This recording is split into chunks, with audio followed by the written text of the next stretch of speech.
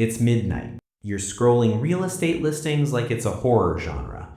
Every house that isn't actively collapsing costs $500,000. The kitchen has laminate countertops from 2003. The carpet is aggressively beige. The basement has fake wood paneling and a smell that suggests regrets. And the listing says, perfect starter home. Meanwhile, you're doing mental math on your salary like, did I miss a promotion or did the housing market just lose its mind? Spoiler, it's not you, it's the math. And the math is violent. Today, we're answering a question real estate agents absolutely hate. Who can actually afford a $500,000 house in 2026? Not who gets approved, not who signs the paperwork. Who can afford it without turning their life into a permanent stress response? Because qualifying for a mortgage and sleeping at night are two very different experiences. Here's the uncomfortable reality. In a lot of US markets right now, $500,000 is the floor, not a dream house, not a mansion, a 1,200 square foot box, 3 bedrooms, 2 bathrooms, a yard roughly the size of a yoga mat. In or near major cities, this is what normal looks like now. The median household income in the US is about $84,000. So we're asking households making $84,000 to buy homes that cost 6 times their annual income. If that ratio sounds insane, congratulations, you still understand math. But everyone keeps telling you it's fine. The mortgage broker says you're approved. Your parents bought a house on way less. Some TikTok influencer claims they did it with no money down. So what's the problem? The problem is that everyone is lying about what affordable means. Let's start where most dreams quietly expire, the down payment. The old rule, 20% down. On a $500,000 house, that's $100,000 in cash. Say it slowly, $100,000. The median savings account in America has about $8,000 in it. So you're not a little short, you're $92,000 short. And before you say, I'll just save it, let's do that math too. If you make $84,000 a year and somehow save 10% of your gross income, which almost nobody does, you're saving $8,400 a year.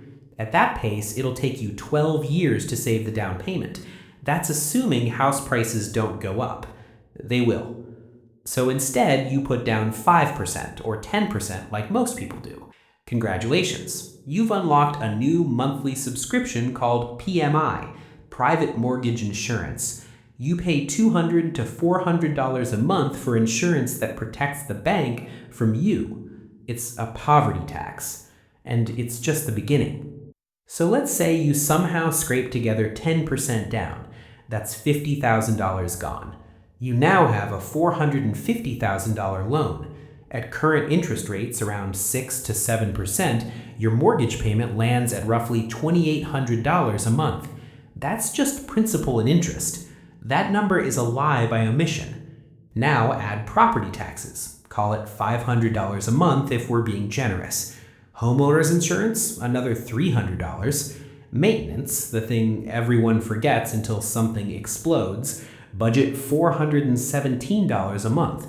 And PMI, because you weren't rich enough up front, add $300. So your real monthly housing cost is now about $4,300. That's assuming nothing breaks, the roof behaves, the HOA doesn't wake up angry. This is the part where the math stops being theoretical. Financial advisors say you shouldn't spend more than 28% of your gross income on housing. Banks will approve you all the way up to 43% because technically you won't default immediately. Let's reverse engineer this. If $4,300 a month is 28% of your income, you need to be making about $185,000 a year. If we use the bank's much looser 43% rule, you still need around $150,000 annually. Here's the punchline. Only 10 to 20% of US households make that much, which means 80% of households cannot comfortably afford a $500,000 home by any sane financial standard.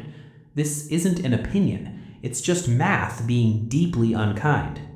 So, who's buying these houses? Dual income professionals, people with family money, and a lot of people stretching themselves so thin that one bad month would unravel everything. Let's make this real. Meet a household earning $160,000 a year. That's solid, that's successful, that's supposed to be comfortable. After taxes and basic deductions, they take home about $9,500 a month.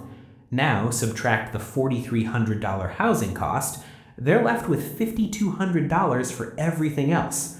2 car payments, insurance, gas, student loans, groceries, utilities.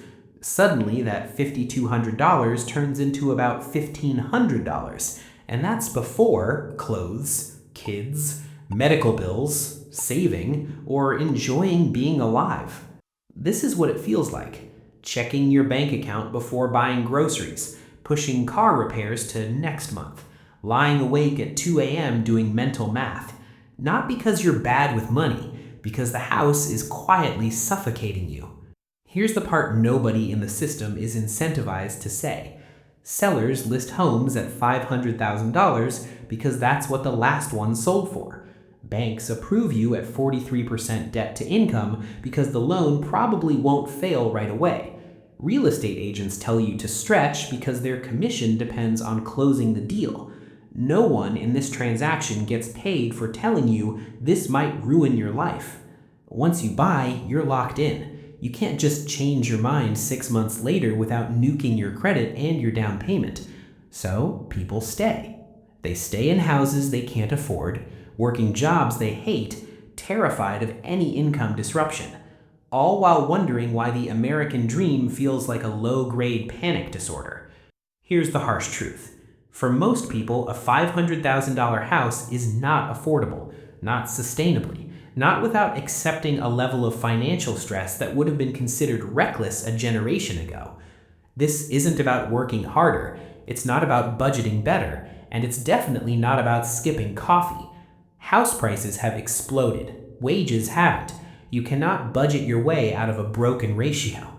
So let me say something you don't hear enough. There is no prize for buying a house you can't afford, no trophy for being house poor, no medal for barely surviving your mortgage. Real wealth isn't owning walls. It's having margin, options, the ability to sleep at night. Sometimes the smartest move is realizing the game is rigged and choosing not to play. That's not failure. That's math.